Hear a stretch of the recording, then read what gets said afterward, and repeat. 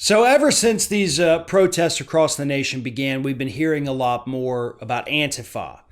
Because if you watch or read right wing news, you understand that Antifa is the biggest threat that the United States has ever faced. And that every single horrible thing happening in this country right now is clearly the work of Antifa.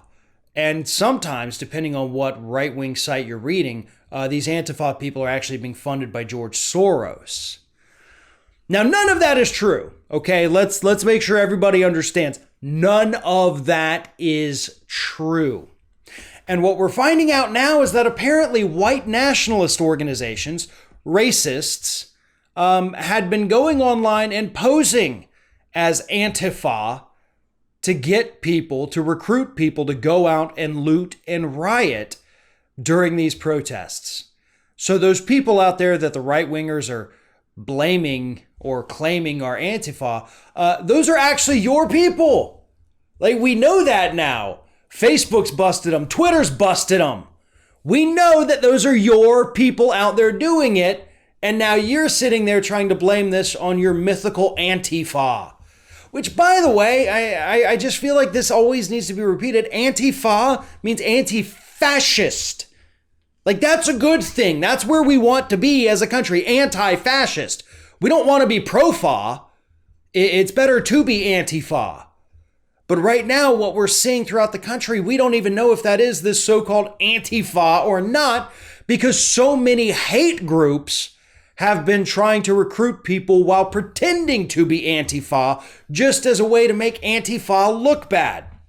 One of the groups that Twitter identified and ended up having to suspend their account is a white nationalist organization called Identity Europa. That is a white nationalist group. And they had created a fake Twitter account at Antifa_US. And they got on Twitter and they're sending messages out, tweets out, encouraging violence, encouraging looting and burglaries. And the tweet that finally really set things over the edge was this one. It said, "Tonight's the night, comrades." And they also had a brown raised fist emoji. "Tonight we say F this city. And we move into the residential areas, the white hoods, and we take what's ours."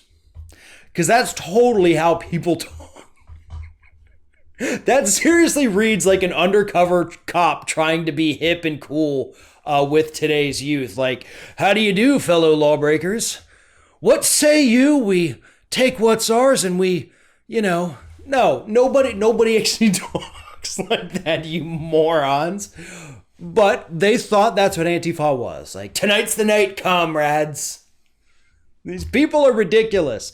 And so is everybody out there who thinks that Antifa is some kind of organization that has a headquarters or a leader or is any kind of real tangible group. They don't even have meetings, right? It's a group of people who slap that label on themselves and they go out. Some of them cause trouble. Some of them stand up to the very fascists and neo-Nazis that are trying to smear them right now. All in all, I'd say Antifa is probably a net good for this country because they're willing to go out there and fight fights that others aren't willing to do. But we also need to understand that these white nationalist organizations, the group Antifa's fought against for years now, they're trying to smear this organization right now. And so again, these people, not organization, they're trying to smear them right now by pretending to be them. Because they're afraid of them. Because in all the white nationalist years of organizing and rioting and protesting, the only group willing to get back in their faces and sometimes throw a few punches has been Antifa.